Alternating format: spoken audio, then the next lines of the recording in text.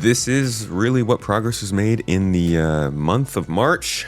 Looking at Star Citizen, we've got all kinds of stuff: AI, core gameplay, narrative, economy, all the things. So we're going to start with AI, as we do, and we're going to touch on basically what's been going on. And guys, I think there's some good stuff here. I think there's some big stuff coming and heavily feature related. But let's start where it's a little bit more boring. AI content. No offense, AI. You're actually pretty cool people.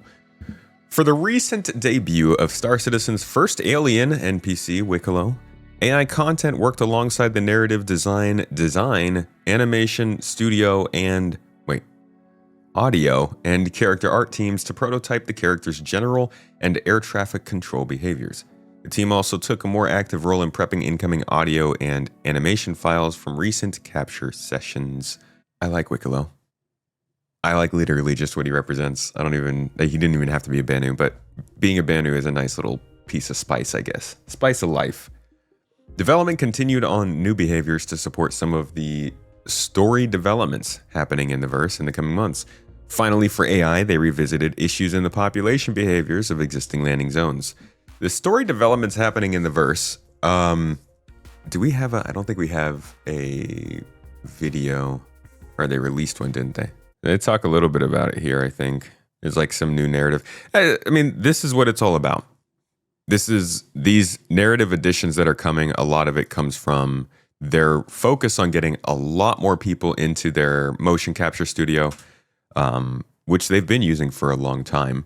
But it's a very a stark contrast to what they've been saying. We'll see more of proof of this in the monthly report here, but it's a big difference compared to how the game's been developing before, which was all very base level, all very focused on initial implementations and bare minimum functionality. Now they're talking about getting more and more of custom NPCs, specific faces of factions, actual audio, and motion capture for kind of more basic AI, which I think is going to make a pretty big difference over the next several months. In March, AI features priority was the Valacar, specifically the juvenile variant. As part of the polishing phase, new functionality was added to support upcoming gameplay, including replacing ineffective melee attacks with the submerge and relocate behavior when the player gets close. New burrowing modes were also added that allow the creatures to submerge on the spot rather than dive into a new position. It's nice to have fauna being added in. It's not a big addition. It would have been a big addition 2 years ago, but we've had fauna since the beginning of last year now. They're starting to slowly flesh it out. This is key because fauna are huge sandbox opportunities for the game. Every single piece of fauna means A, somebody new to fight, B, something new to worry about, and 3, more crafting materials that you can collect. So this kind of stuff just overall, I think, builds into the universe of Star Citizen, and it's going to help them a lot more with getting the game fleshed out into a space that feels more like an actual game. And we've seen where this is headed. They've got a lot more fauna planned. Swamp environment instead of a desert planet. Or if a Valacar never made it to the surface and only lived in drowned caves. These are the kind of questions that make sci-fi one of the best mediums. And I can hear the questions already. What does an adult cave Valacar look like? What does an apex quasi-grazer look like? Well, it's these questions that get everyone excited that works on creatures to give you a glimpse into the big picture. All of these variances and differences and new creatures make up what we call our fauna matrix. The fauna matrix is basically our creature encyclopedia. So these concepts should show you that we want to get more weird and wonderful with our creatures. We've started off with more traditional animal references like dogs and birds and cows. But now we're in a position to create the things that we love about sci-fi, which is the weird and the unknown. So looking at where we're going, all of our creatures have been defined for the road to 1.0. We've ensured we've got a rich, diverse, distinct roster of creatures to make each of our planets feel special. As well, as considering the unique elements of various planets, ensuring that they're populated with appropriate creatures. We've been designing creatures in mind so that planets' ecosystems influence their behaviors. So they had mentioned at some point, I can't remember when, I think it was a Star Citizen Live a little bit later, they had mentioned that there was a biggest creature in the verse, and I think this is it. I don't remember what it was at the time, but they said something that kind of made it sound like this might be it. So I think these might actually be like these might come to the game. Designs, aesthetics. This is going to be very strange. With that being said, I would like to give you a sneak peek at our fauna matrix. That's all from me. I'm very happy to be bringing the Valakar to all of our backers. It's really like nothing else you've played before. I'll leave you with this last video. Enjoy the rest of CitizenCon, everybody. Honestly, those look bigger than the whales. All right, so here's where they want to head with this. Obviously, we all know the Copion that we already have. The Marok we already got. Space Cow. Yo, boy. Look at him, dude. Look how proud this guy is. Look at this smile, bro. He's like, hell yeah, dude. You see my fucking eggs, bro? And Valakar. So they literally laid out, here are the first 5 fauna. And I guess that's finishing with the Valakar.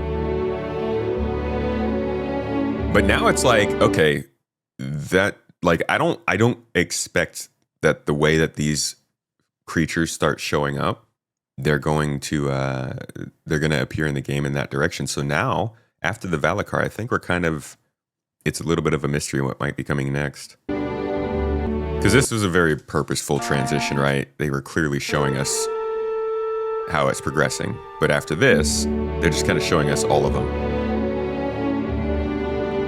So what comes next?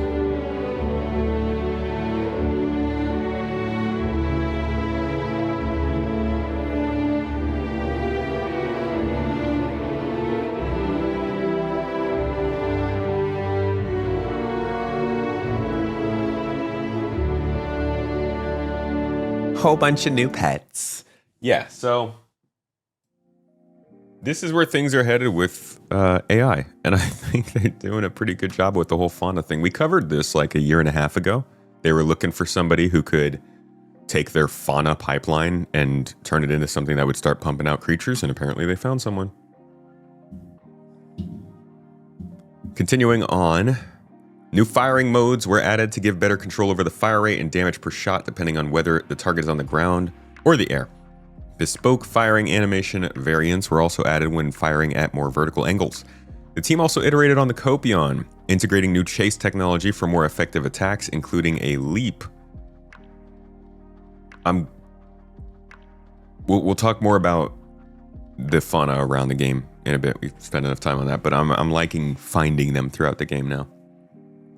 For human combat, iteration continued on the first reaction flow escalation, specifically focusing on the animation setup for usables so that it works well if the AI is sitting in a chair, leaning on a rail, or crouching to inspect a maintenance panel. Get that inspection, boy.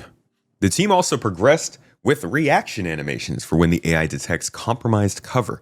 This allows NPCs to appear more responsive to the actions of the player and react appropriately to new threats. This, we also saw at CitizenCon. A very real quick detour. So Maelstrom now allows us, well, not now.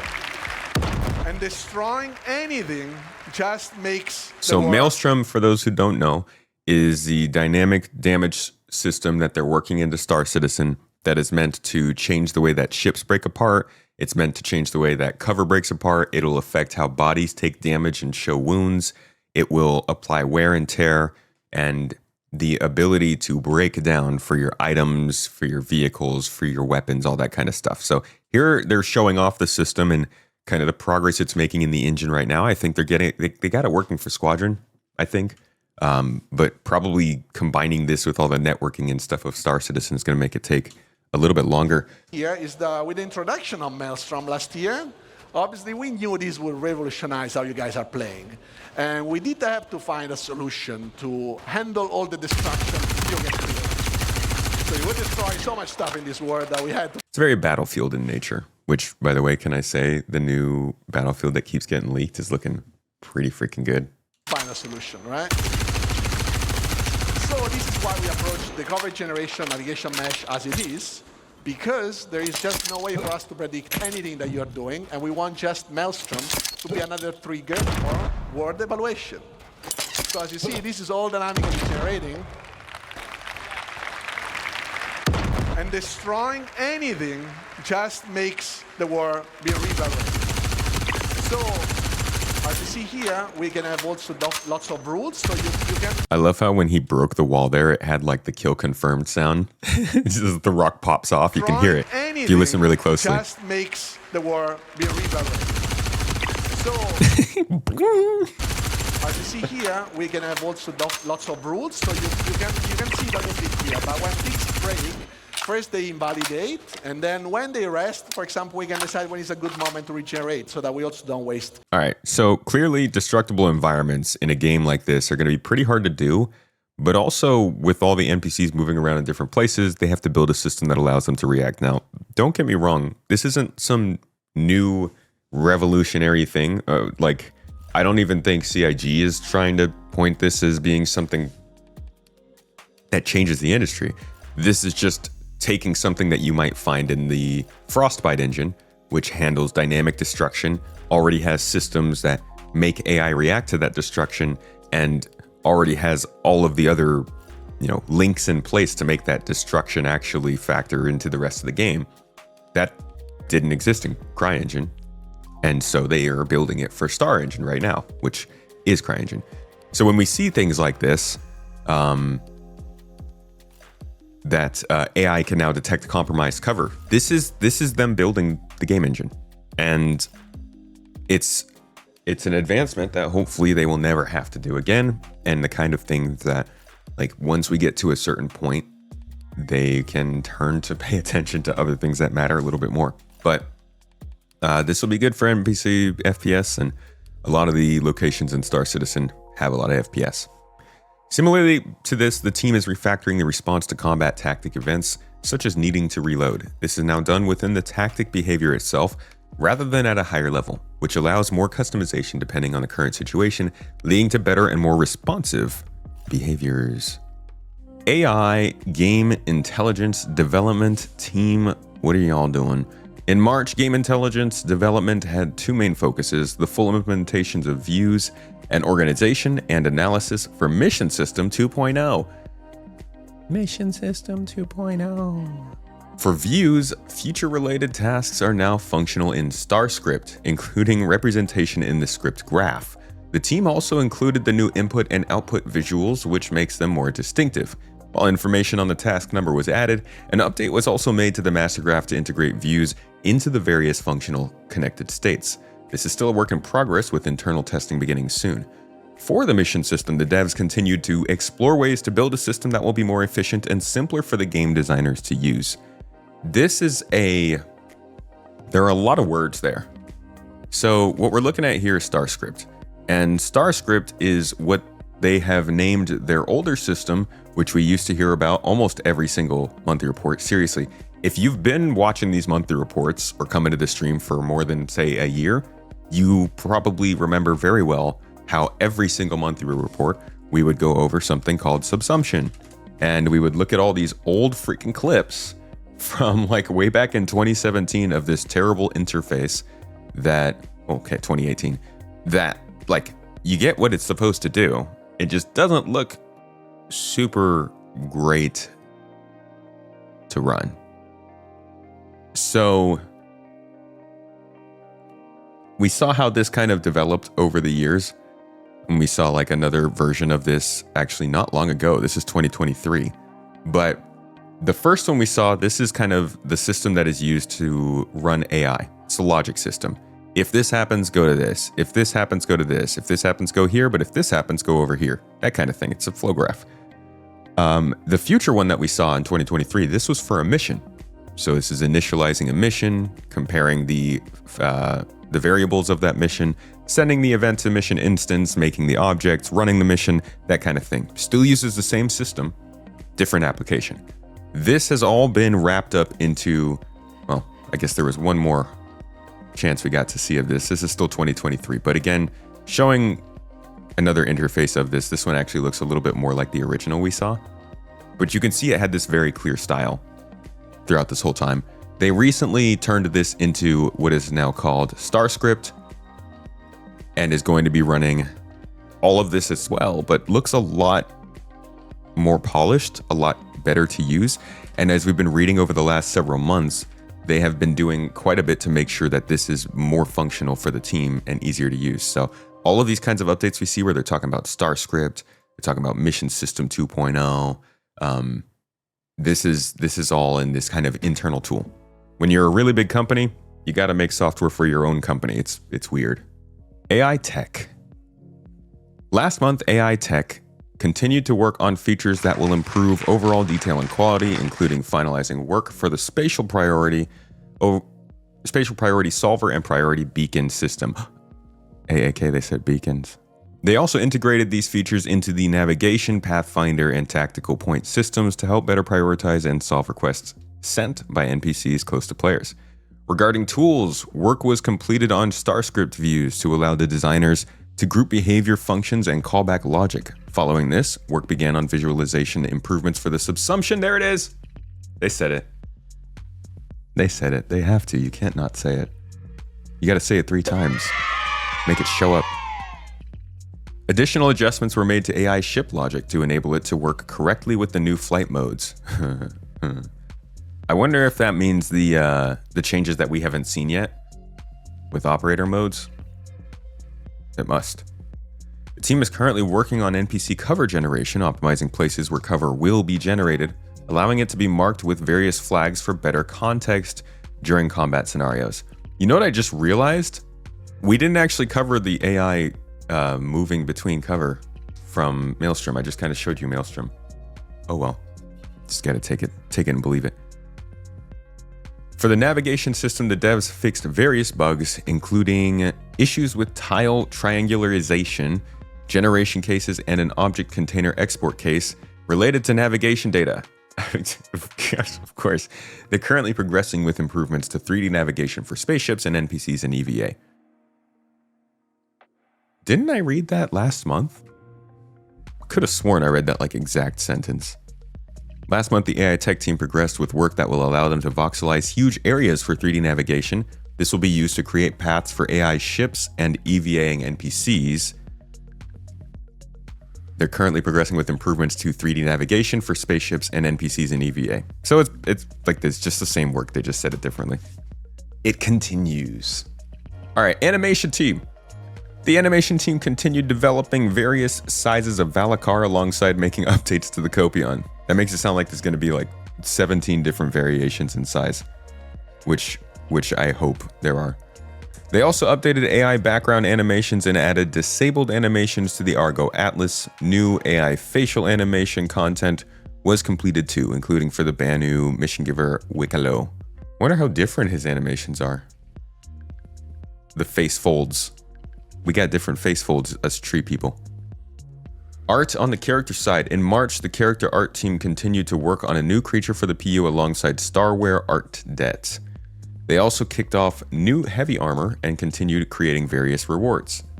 The concept art team also explored ideas for new in-game rewards and armors. I think I saw a thread that mentioned something about Art Det. I didn't realize this is where that was originating from, but I kind of want to see what the answer to it was. Here we go. What is Art Det? Det in the development is work, tasks, sometimes not good, but as well minor bugs that were put into the backlog for the sake of focusing on higher priority items, or tasks and bugs that came up from the work done that was done rather fast and quickly instead of properly due to the time pressure or other reasons and now have to be done properly. Okay, so it's literally just... That makes sense. It's tech debt, but not tech. It's art. I have as associate producer only 2 tech teams, so my teams only have tech debt, not art debt. So cannot say anything about the art debt they have. That would need to be answered by the teams themselves. So this is basically like when things in the game don't look right and they need to get it updated so it looks better. And here they specifically say Starware. I'm not sure if that means I know one big part of Starware that we don't really think of when they talk about it, because to be quite honest, it's not. It was probably one of the less exciting panels of CitizenCon. But what they did show us there was the idea of layering our armor and our clothes, or being able to wear clothes and armor at the same time. This is super important for a lot of people. It obviously changes the way that the characters can look. It changes our ability to do things like wear backpacks while we're wearing clothes, wear hats while we're wearing a I don't know, nice chest piece or something.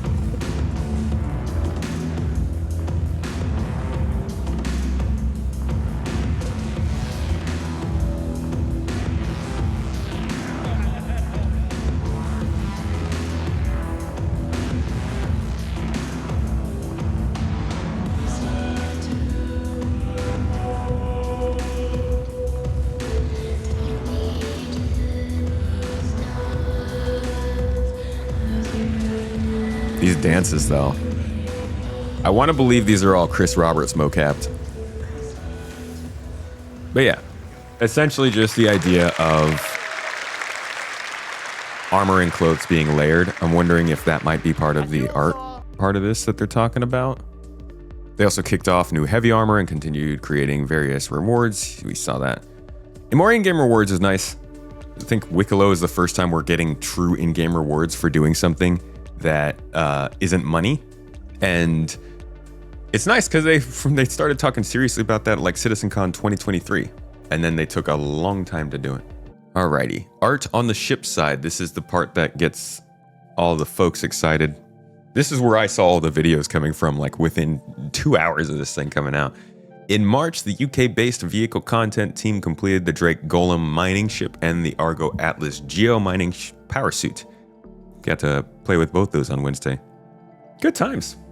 I kind of like them. Yeah, the Mystic Starlancer moved into the final development phase, so the Starlancer tack is definitely coming soon. If you don't know what that ship is, I'll give you a real quick look. I wasn't super interested in it at first, and then I listened a little bit more to what was included in it, and oh my god. Starlancer attack.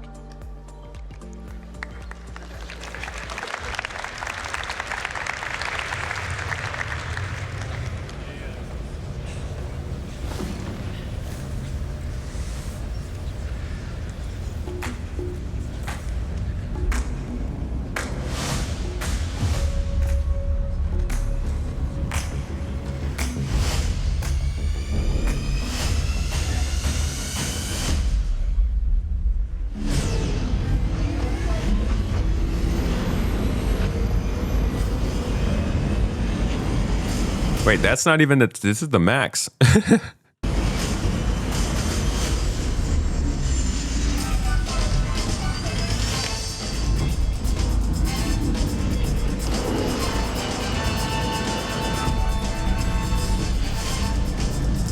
This looks like one of the best general purpose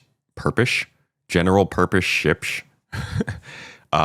in the game so far. I mean, if you're okay with misc styling, I still haven't spent a lot of time on the interior of this, but it just has so much going on, and it's such a nice size, and it has real Serenity vibes. Is the Max commercial? They just said the tack, but I guess they were just covering what it looked like then. You know, I'll let them talk us through the tack a little bit here. We also have Talk tack. On top, we also have like a dedicated hangar that has been specifically designed to fit a Mirai Fury inside. And I'm sure we will see plenty of other ships try to be fitted inside. Successful yeah, or not. yeah, we'll see. And I think John's going to run you through the interior now. So yeah, let's have a look over the tack from outside to in. So this is the tack in its default paint, so sort of military drab gray. Then internally, obviously Ben talked about the size 5 turrets. Then we have some drop seats behind, and these are on a deployable ramp, so you can do some ground assault. They will drop out, down. If you're doing a bit of ground assault, chances are someone's probably going to get injured, so there is an onboard medical facility directly behind there with 2 Tier 3 medical beds.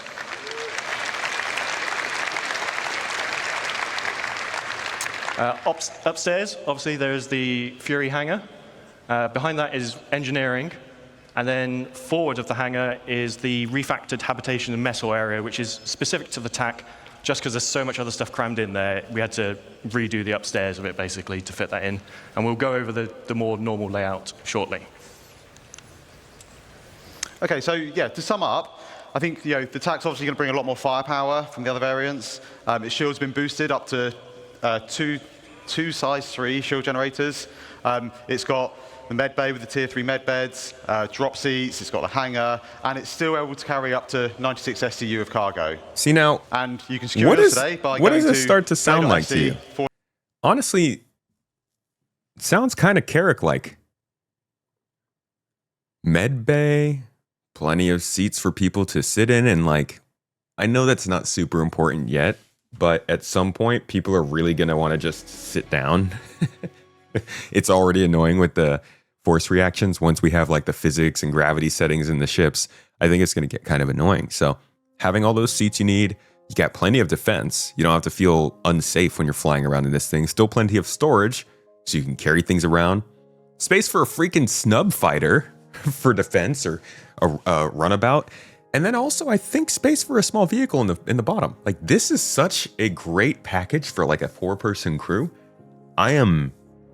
I didn't really care much about this thing when they first announced it, but I'm really excited to see it in game, and it sounds like it's pretty much inevitable.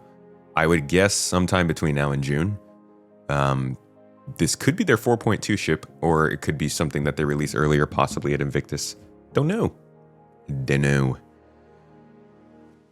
Elsewhere, the consolidated Outland Pioneer progressed through White Box, benefiting from the additional concept work shown during a recent episode of Star Citizen Live.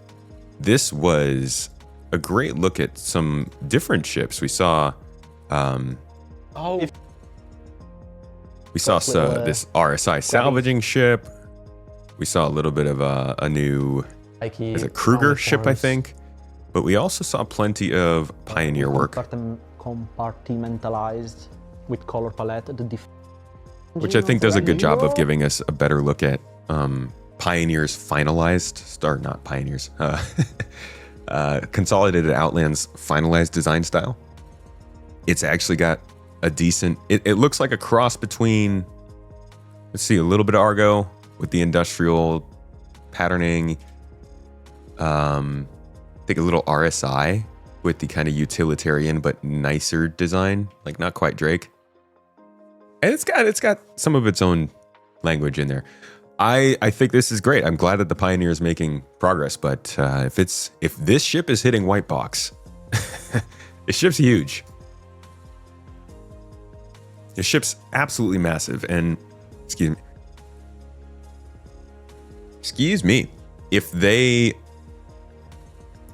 do not speed it, I mean, they might be trying to go quickly through it, but that's definitely not this year kind of ship. We can say that much. An unannounced vehicle successfully passed Gray Box review and moved into the LOD 0 phase. LOD 0 is pretty close to released, not quite, but definitely close enough that we could see it at Invictus, or we could see it at a potential 4.1.1 release, because they will be releasing a new ship at the end of this month with the next patch if they stick to what they've been doing. 2 other vehicles received a bug fixing pass and final content work ahead of their release. This is weird. These actually would be our 4.1.1 releases. If they're getting bug fixing and final content, then these are ready to go. So we might be seeing 2 vehicles coming out at the end of this month.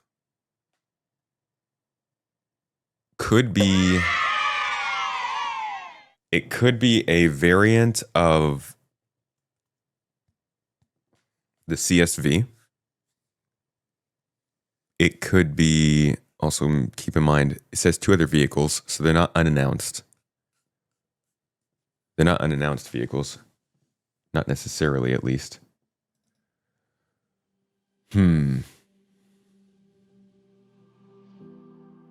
Yeah, CSV could be the Gray Cat, whatever that buggy was. I don't remember what it was called. UTV? But I don't know what else it could be. Gray Cat or an Argo vehicle. Could be the new Atlas platform vehicle. Actually, yeah, that's right. It could be one of these. So it could be one of these. We got a couple ground vehicles here. I think they're towards the beginning of the video. So it could be this, could be this, could be this. This I was actually speaking with Trist in the podcast last week about these specific vehicles in this video, and he's pretty confident that this is not one of the CSVs we know about. So it could be any of these 3 ground vehicles if that is the case. We will have to see, but one of these might releasing this month. Another new ship is currently being prepared for its gray box gate review. I think this could be the Paladin. Maybe.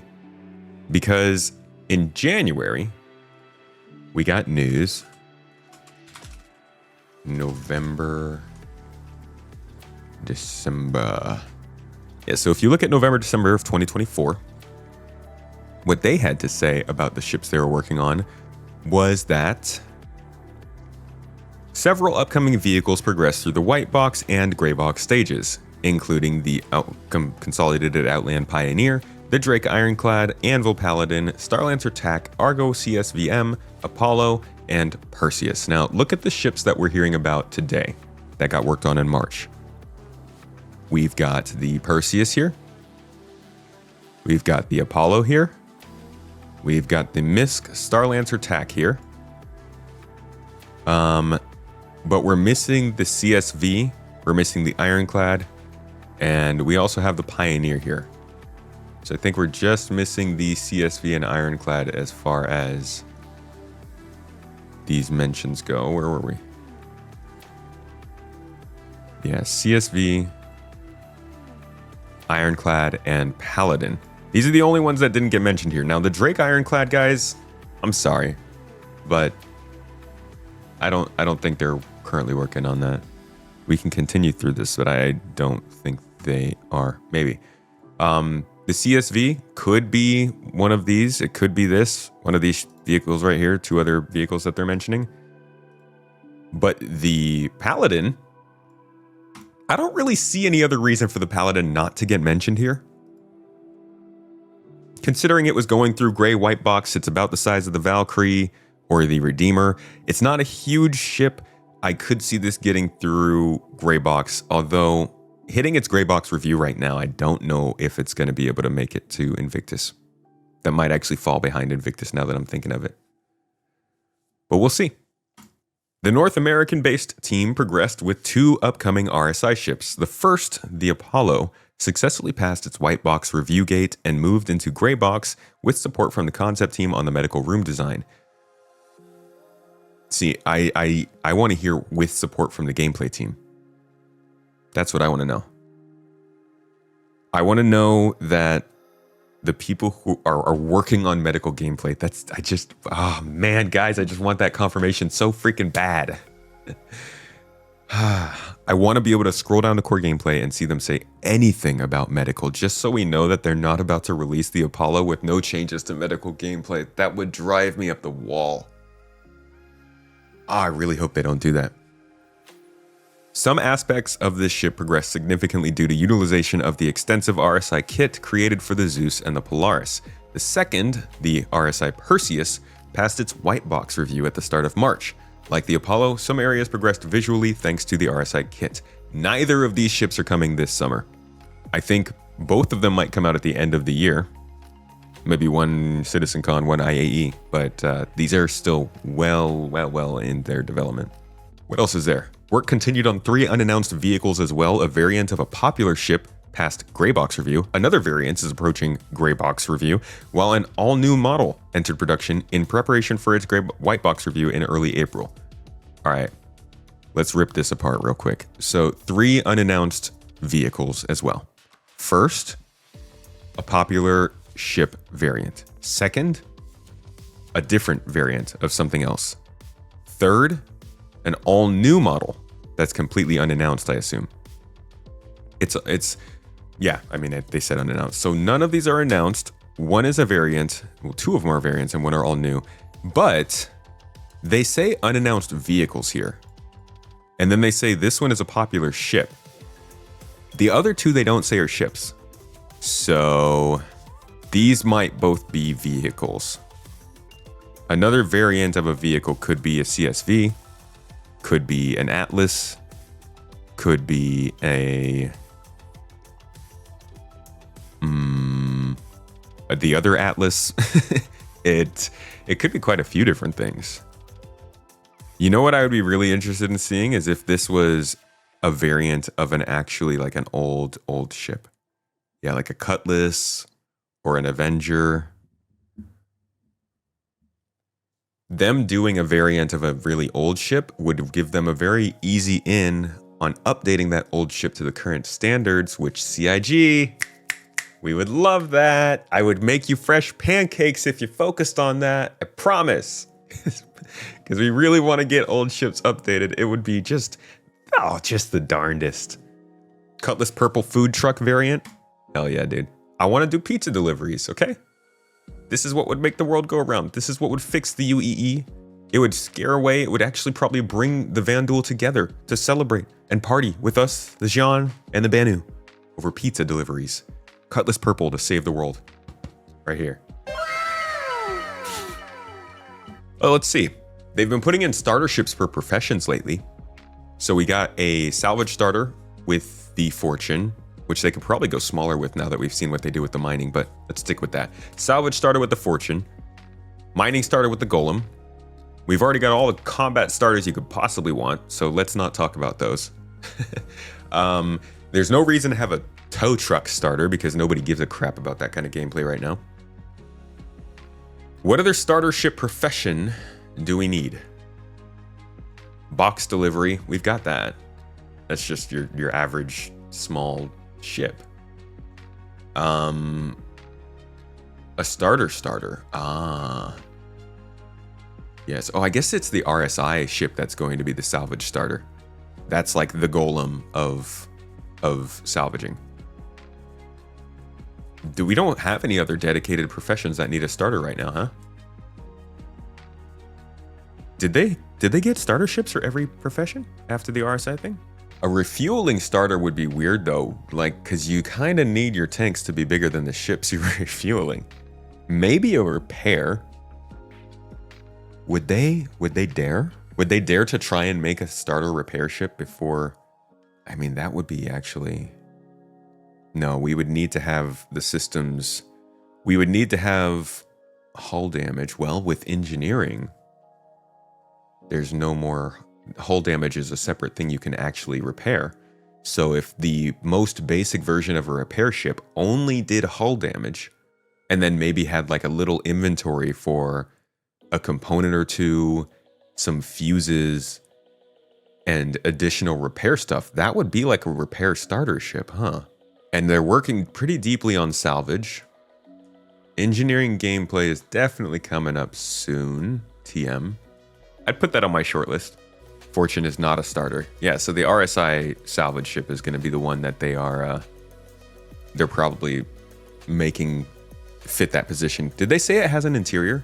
There, but it's also got like the little frilly bits on the side, like what the Vulture's got for the fracture field. It looks like it has an interior. It looks big enough to have one. I quite like that one. I think it's very cool. Chat's taking to this one really well. Hell yeah! Looks like a kind of a Chat, is it real? It looks like a cover car. This guy, he's a bit more This thing just looks like a battle Pisces. stereotypical RSI, I guess. It's like it's kind of got a Zeusy silhouette. Yeah, I don't know if they said there's an interior on that, but maybe that's their starter for salvage. Either way, we've got a popular variant of a ship. Wonder what that's going to be. Another variant approaching gray box, and an all-new model in prep for white box. So these are probably not coming immediately. Yeah, so I don't know what these ships are, but that is our ship section. The art update is like, oh yeah, these things are progressing through white box. And then you come into this update in March and they're like, yeah, the Pioneer is progressing through white box. And you're like, well, has it been in white box for 2 months or not 2 months, 4 months? Or did you guys just take breaks during January and February? And that's why you can't look at the progress tracker and see a long solid bar that the Pioneer is getting worked on, because they might not have actually done work for weeks. But yeah, that's looking at ships. Let's move on. We spend a lot of time on ships. Core gameplay. My favorite freaking section. You'd think it was ships, but here we are. All right. This is where like the good stuff happens. I have a video coming out about this hopefully tomorrow. Core gameplay for the Argo Atlas Geo. The core gameplay team completed the suit's mining and thruster functionality, adding a health bar and damage states and supporting additional improvements to the base Atlas. The thruster functionality, I think, is the biggest thing here. It's the most fun part of the vehicle, and it says good things about the future of platforming for us. I really like the idea we talked about on Wednesday of having backpacks with jump jets in them, so you could like have that working for you, or maybe flight suits have jump jets in them so that you can eject and still land. I guess anybody in a spaceship would probably want one of those. They also implemented the first version of the weapon overheat mechanic to the Volt Parallax Energy Rifle, which enables players to engage a secondary fire mode at the risk of overheating. More weapons will gain the overheat mechanic in the future. Love to hear this. Give me a plasma rifle and a plasma pistol, please. Thank you. It's really cool how the planet temperature affects the gun's overheat mechanic. That's a nice touch. Progress was made on engineering gameplay throughout March, with core gameplay supporting various teams with resource network issues and bugs. They also added auto-throttling, which reverts to a lower or powered-off state if an item doesn't have power during an update. This is just these are super detailed changes. So one of the things that I do when I'm researching and putting together videos and stuff is I work with ChatGPT. We talk back and forth about the stuff that goes on in the monthly reports. And one of the things that we do is kind of track each feature over the course of the different months. So when I was looking at this, I asked, what's the difference between the changes we're seeing now versus the changes we were seeing like 6 months ago? And it was the same conclusion I kind of had. These are very detailed dotting I's and crossing T's kind of changes. The sort of stuff that probably should have been happening a couple months before 4.0 came out to let us know that engineering was actually getting close. But this is good polish work almost. And you'll notice that as we continue on in this section, changes were made to vehicle coolant. Now effectiveness is based on an item's physical properties, with a specific amount of coolant counteracting heating causes caused by an equal amount of power. So now, soon, you're actually going to have to manage your coolers to make sure that they're counteracting whatever items on your ship are making more heat. And the next part here says, coolant consumption uses deltas with a dynamic override. The maximum coolant request is based on the maximum power consumption multiplied by a resource network global parameter. So this means that the heat that each of these things makes. So let's say you have your Star Lancer TAC is flying around and you're just cruising, not really doing too much, but you get into a battle, so your turrets start firing. Each of those turrets starts to generate heat. The turrets are drawing power from the power supply, which is draining your power. But because you're also making heat, you need to make sure that you counteract that with coolant. Now, I'm sure the ship is going to automatically do that for you, but if you want to perform better, you would have to manually do this. And that heat will change based on how much you're using those things. So you could also probably say this about the Orion and its mining lasers. Each laser that's firing is creating more heat, which is requiring more coolant from you. And this is kind of balancing out the power aspect of the ships as well. And then, the last part of this is basically saying that they can change a global value that can affect any ship within some certain range or within the whole game. So they can quickly tweak how these things will, how the coolant consumption rate will actually work in the game as they find out if it's too OP, if it's making too much of a big difference, if it's causing too much problems to players. I think this is more of their kind of back end side. This just allows them to more easily use this system and change it as they need to make the game work better. But again, more kind of polished kind of stuff that's more than just this is the basic, making the coolant work. But adding global parameters and stuff, I think sounds more robust than their older stuff used to be. The team also made progress towards implementing heat gameplay for ship thrusters. That's kind of what we were talking about. This involved adding filters to the engineering UI to allow players to only see items of a particular category. For example, all weapons or all items with malfunctions. This is just like we were talking about. Maybe you have to factor in the coolant going to your weapons because you're shooting a lot of weapons at the same time. Yeah, your hammerhead has 6 turrets, but if they're all firing, you're putting a lot of strain on your components. And this is something that'll, they mentioned thrusters here, but it's also like FPS weapons, powered armors that we have eventually. Your Atlas Geo, your tractor beam is going to have a battery and have some level of power associated with it. Selection improvements were also made to the UI for engineering. Now left click will cycle through the 2 closest items that you're clicking, useful for doors covering components, and right click will allow for overlapping items and will show all overlapping items and allow selections. So a lot of work going into engineering coming up. This feels a lot more imminent than it did last year. We can go back to, let's say, Star Citizen monthly report. Let's pick a month when they were still acting like engineering was like maybe going to be there. Let's say May. What were they saying about engineering at this time? Charge and Drain continued through pre-production and will now utilize the resource network, support multiplayer, and the ability to charge and drain distortion damage from ship components. Jump drive failures. When a ship's jump drive is disabled or damaged, the player will be forced out of the tunnel. Oh, we know that stuff. For engineering, they implemented power pools, which allow the streamlined power management of grouped items like weapons and thrusters. The resource network was enabled by default in the main Star Citizen development branch, which ensures all teams can work with it and integrate their features or content with it. To be quite honest, that actually sounds pretty advanced too. So maybe it's nowhere near ready. Maybe we're seeing more of 2024. Let's see what they were saying in June. Man, that update probably got us so excited.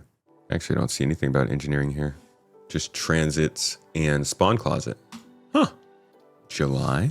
Progress on engineering gameplay, including making fully distorted items consume resources despite not being functional. Support was added for Master Modes 2, with quantum drives now going fully offline in SCM. Audio signature emissions were added. Looking at these updates, I honestly, I'm gonna say I couldn't tell you that these are any more advanced. Coming back to this monthly report, I'll be honest with you. This stuff, it feels advanced. It feels like very figuring things out kind of mode rather than building the foundations. Talking about getting the issues and bugs figured out, auto throttling, that kind of thing. But I'm not even gonna put my weight behind that. I'd prefer to just say, hey, it looks like they're doing good work on it, and I don't even know if it's coming soon. Work was also completed towards item recovery T0, with various items being added to blacklists alongside fixes for related respawn flow issues. We saw this. It's in. Item recovery is a thing, and from here on, we're working towards the ability to get insurance, to get crafting, to get things that allow us to more easily get our things back after we die or lose them. Progress was made on FPS radar and scanning. Now, item components can be detected within vehicles while a player is inside and excluded when outside. This is actually pretty kind of significant because a lot of people have problems with the way that FPS scanners feel like wall hacks. So it's good that they can start to they can identify what kind of things should show up from your scanner based on whether it's behind a wall or not. The features debug tools were also improved. The ongoing transit system rework, known as the transport system, it's got its own name now. The transport system progressed through March, with the team adding setup validation and debugging for non-physicalized carriages to better detect setup issues. The ability to connect carriage zones by transport network was added, as were destination categories and priorities, along with the means to display destinations on carriage panels. Basically, they're just getting like trains and elevators and stuff to work better. The thing to remember is that they have this team working on the transport system, they're calling it, which is basically the transit refactor, the overall redo of the system that was supposed to come with 4.0. They also have a team that is actively working on just fixing what we have right now. So that means that this rework might be still a couple quarters away. A reward mechanic for collection missions was implemented, which is used for the collector missions, while the ability to automatically retrieve items from freight or ship elevators via HUD notification was added. This is that part of the AI that I talked about. What was that, like an hour and a half ago now? It's important that we have rewards that come from these missions and that can be updated over time so that this never becomes stale. For the mission system, the team fixed a bug preventing introductory contracts not counting towards difficulty progression. Sharing prerequisites was also implemented. This allows players to invite others to accept contracts they would otherwise be ineligible for, providing they meet a specific requirement, such as locality or reputation. This is good. This was a problem going on in the beginning of this year when people couldn't get missions from their friends. But also this is good because they need a way to be able to specify which players can get certain missions from which players based on reputation, and we hadn't really seen that yet. Time was also spent fixing bugs and improving the robustness of the new player experience. Comms notification progressed, including one-way comms calls from mission givers to the players, and comms notifications being triggered by changing mission states such as completed or failed. The mission designers can now trigger comms notifications from mission logic, and they also began implementing 3D building blocks to display more interesting scenes, as the previous method was no longer supported by server meshing. Finally, for core gameplay, improvements were made to commodity kiosks to give better flow to transactions, while fixes were made for bugs relating to hangars, freight elevators, and ship deliveries. You know, the one thing that we're not seeing here is inventory talk. Would love to see some inventory talk, CIG. Economy. Okay, I'm like, where the freaking heck are we? The economy team provided balancing support for supplier die, with the devs deeming it overtuned on release. Economy worked with mission design to address the issues as quickly as possible without imposing hard limits. Going forward, both teams will collaborate more closely to establish a stable and holistic approach to balancing open-ended missions with multiple viable solutions. The team said, Our aim is always to maximize player choices and enable emergent gameplay, but balance against exploitable patterns. Graphics, VFX programming, and Planet Tech. Last month, the graphics team overhauled GPU memory management. This allowed them to add new options, a visualization of the GPU memory required for each, and auto detection for suitable resolution, upscaling, and graphics. Does that mean that they're finally going to start updating the actual requirements for this game? The minimum requirements are so outdated. Gas clouds received a major visual upgrade thanks to the same density shaping and shading technology used by planetary clouds. Global illumination was upgraded too, with improvements to the image stability and accuracy of both diffuse and specular reflections. I don't think we have global illumination yet, but okay. I didn't even notice that gas clouds had been changed up. Gotta check that out. Planet Tech oh, maybe that's not in game yet. Planet Tech V5 continued to make good progress, with the team finalizing the distribution and shading of much denser rock formations. No.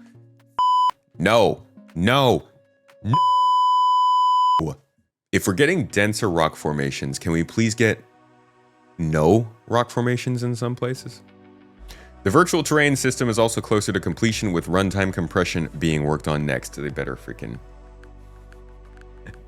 As long as I have places where I can drive, please. The VFX programming team polished several features such as fire, networking bandwidth for damage maps, and creatures. Vulkan stability was also improved after discussions with NVIDIA led to the diagnosis of two potential issues, one in the driver and one in the game. Workarounds to both were added to the latest PTU patch. Cool. So, I think this came up in a monthly report a couple of months ago, but I'm glad that they actually got something figured out, and hopefully that can help with Vulkan stability. Like, I would love to see them get Vulkan into a place where the game can just run on it and not be an option. All right, mission design. March saw mission design continuing to fix up various older missions that were deprioritized in the refactor. Oh, we need delivery missions back. We really need delivery missions back. And they need to work. Alpha 4.1 was unveiled to the community on the PTU, introducing a new sandbox activity that players can engage in for unique items. There's a big push for increased production value on missions, with a lot of departments helping out to ensure the experience is the best we can get. The team also worked on Rayari and Wicklow, the 2 new mission givers who require items found during the new missions. That we've talked about this a little bit. This is something that they probably need to change pretty quickly. I know they want to make people go to the new content that they're releasing, but that's good for maybe a month. Open this up, let it be part of the sandbox, give people methods of finding these things in different ways. Narrative team. Aligning with the increased release schedule cadence, Alpha 4.1 was a major focus for the narrative team in March. For the new Hathor orbital mining facilities, this included adding discoverable data pads around the site, polishing numerous missions that utilize the new locations, and working with art to improve directional signage. Just want to be clear here, none of this has to do with any sort of event.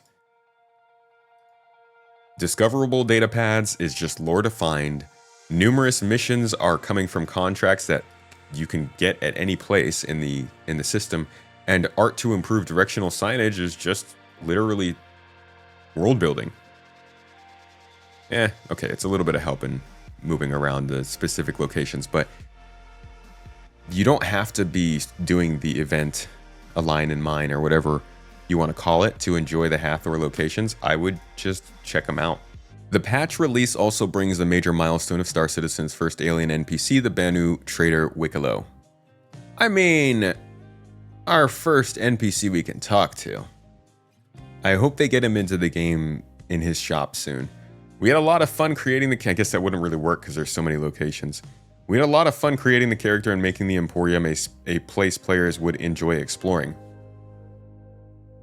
Kind of wonder, will they take out the other Emporiums? Maybe they should just have one of these locations and hopefully they can trade the other 2 out for other things. Because it's a little bit weird, now that I think of it, for there to be 3 different locations that you can fly to and all of them have him greeting you and calling you into his location. They said, we've had a lot of fun creating the character and making the Emporium a place players would enjoy exploring. Cool, thank you narrative team. Narrative also ran a capture session that focused on adding dialogue to several upcoming missions, as well as introducing 2 new faction representatives who players will work with during specific contracts. Boom Bang Biggity Bomb. They're continuing forward with mission givers. They've got 2 new ones coming up. And, I think this probably fits pretty in line with what we learned in this video. I don't even know where we learned about this. Well, I'm being punked right now. But I'm going to try really hard not to let anyone down. Shocking news out of the Stanton system with the recent attacks by Frontier fighters on the Invictus celebrations. And in addition to news about the ongoing threat of the Frontier fighters, I'm also doing reports about a new threat to all human life in the verse that begins to rear its head in the upcoming Alpha 4.1 with the start of this year's B story, concerning a suspected failure of regen technologies, which we'll learn more about in just a couple of weeks. The UEE... So that's probably, that might have something to do with what we're hearing about here. But it's definitely more mission givers and, which should mean more interesting contracts to take. More voice acting, more effort, less just reading a mobiGlas. Additionally, the team helped to refactor some older missions with updated contracts. There is also ongoing work with design to refine some of the locations. Coming this year to ensure they will provide a rich narrative experience. I am just excited to see more missions coming up, more contracts, especially with people who are actually voice acting them. In March, the Live Tools team focused on improving the usability of their main support tool, Hex. We know Hex. Hex is really easy to see in action. If you go to Turbulence website, because they're the ones who kind of do a lot of the maintenance and creation of this stuff, and look at their page here, This is what Hex looks like.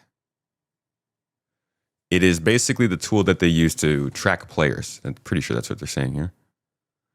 Usability of their main support tool. Okay, it's apparently it's their main support tool. I actually don't know what that means, but you can see here that it gives them the ability to track our reputations, see what players have been doing. I don't know why that said chat. Just like you can kind of glean information from these pages. But it looks like it is heavily maintained by the Turbulent team. The online services team worked on the first pass of the services ecosystem to support upcoming developments by the gameplay teams. Various social improvements were made, including optimizations to kicking members from groups, the create group flow, and the rollback strategy for the add members flow. They also added metrics to identify the origins of ScyllaDB queries. This is, I guess, their database. Request logging options and configurations to specify the maximum number of concurrent requests. For analytics, configurations were added for HTTP clients and enable Kafka connections. For missions, entities were removed from the shard tag while the mission system was updated too. And that, my friends, is, I don't really have any idea what that stuff means.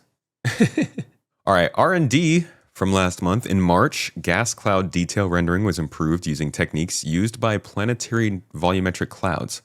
Now the artists can refine the density provided by the original gas cloud volume database via procedural noise using runtime shaping and erosion calculations. Moreover, edge albedo can be controlled to further emphasize the cloud's volumetric structure. Additionally, a configurable gradient was added to control the blend between the original and shaped density. This allows the team to keep the density of the original VDB data in thin areas of clouds while adding more detail to denser areas. So clouds are just getting a lot fucking better. And I really appreciate it. To be honest, clouds was one of the few things where I thought they would be done earlier than they are. I thought they were going to get clouds in because there was a huge buildup. Oh my God, do you guys remember the freaking buildup and hype leading up to the implementation of clouds in this game? It was years, freaking years that we were watching the development of space clouds, and then slowly these got into the game, and then they developed them further, and then they looked good, and then it was like, okay, now we have to get them for Crusader, and then we got the gas giant finally, and then the clouds came to the planets, and it was like, okay, finally we got clouds. Then they did like another update, and they looked really good. And then they did another update and they looked better. And we're like, okay, this is looking good. At that point, I was like, they're probably just going to make these perform better and then they're good. But no, they keep going. They're trying to make the clouds look better. And to be honest, I love it. I love it. I like that. I want nice clouds. I mean, that's like a really big part of the game. How often are we flying down into planets? That approach needs to be, they got to make sure it's really freaking good and it's incredibly different in each planet, or else it's going to get pretty old flying from orbit down to the planet's surface. So making the clouds good, making weather good, making sure there's good music, making sure that the approach out of quantum travel is nice, that you're getting comms through your ears, that you can see other ships coming and going. Like, they need to make sure this experience of going down to planets is really good. So I'm happy that they're putting more work into clouds, making that approach nice. Tech design, we're still on clouds. For dynamic weather, the rain volume calculation was improved to ease content authoring. The vertical distribution along the local height of lightning events was also refined. Furthermore, the volumetric rendering of lightning was enhanced by providing more flexibility in controlling the lightning variant. Just for funsies, let's look at what they had to say about this, because it's always, I think, fun to check this out. So here's their basically visual target for what they want to do with this Planet Tech V5 we've been hearing about. Cloud improvements, weather improvements, dynamicism, pooling up on the ground, all that kind of stuff. Here is the full sort of showcase of that. And this is important, creates much deeper lighting, and it can contrast against the sun's rays, resulting in much more vivid cloudscapes like we see on the left here, something we're all too familiar with in Manchester. Now, it would be awesome to bring this into context and show it on an actual location. Let's take a look at a quick scene to round this up. It's a nice day on the surface, but something's different. The clouds are moving, but they're not just moving, they're forming naturally in changing shape. They dissipate as they glide on the atmosphere based on wind data, stratus and cumulus alike. Now we start seeing the new cloud shading model come into play. We are seeing enhanced occlusion beneath the cover, emphasizing the sunbeams, how it interact with the clouds, and seeing the light shafts peer through the layers. Now, as this is closing in, we can start to see the changes in visibility of the area. Light precipitation is starting. Previously, we authored static cloud shapes, but no longer. We didn't manually place a volume here. Its presence has been informed by Genesis data. Oh, and it's not just a cloud volume. It's a weather front. Benoit freaking leans so much into his character when he does Now this we're stuff. trying to see the wind picking up. Terrain and rocks are getting wet. Vegetation, grass, and the overall environment are responding to the weather. The system is changing the world around us. We can see puddles being formed dynamically in the dirt, properly responding to light, reflections, and rain droplets, making it getting really ominous and loud in here. I can feel the danger. I think we should let this play out in the game.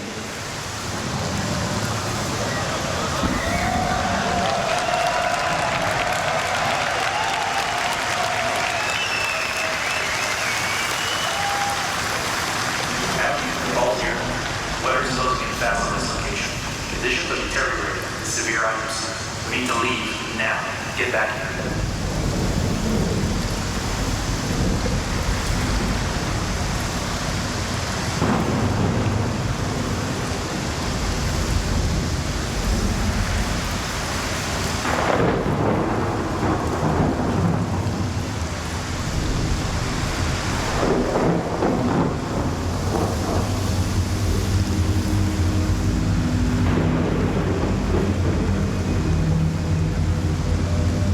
I'm getting out of this suit now. Powering up and flying out. We'll need to switch to IFR. See you on the other side.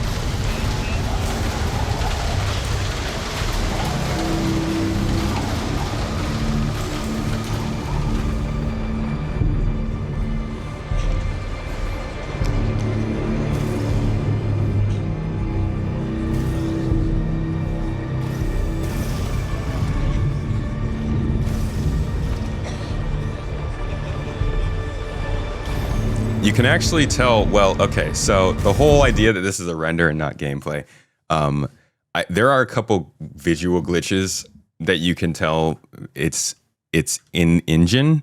I do think that this is probably an on rails thing, but I do think this is in engine. You can kind of see, like, even here, rain's going through the ship. I don't think that would happen if this was a render. I think that's generally the kind of thing that does happen in the engine, but I'm not going to say that like they're actually playing the game. It's definitely not a networked game, that's for sure. This is a very early dev build that was probably polished up and made to just run this one section.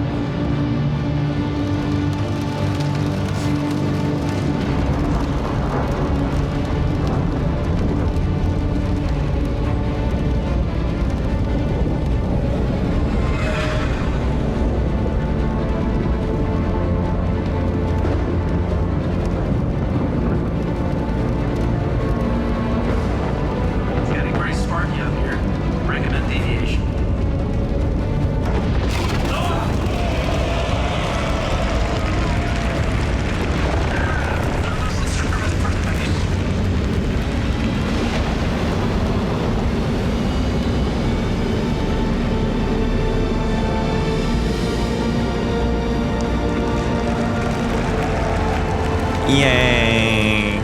We made it. Does look really cool though. So that was kind of that's all the stuff that they're working on here when it comes to weather and things like that. And it'll be cool, but it's probably going to be a little while as well. Tech Design spent March working on an upcoming in-game event supporting mission design with gameplay entity and logic flow setup.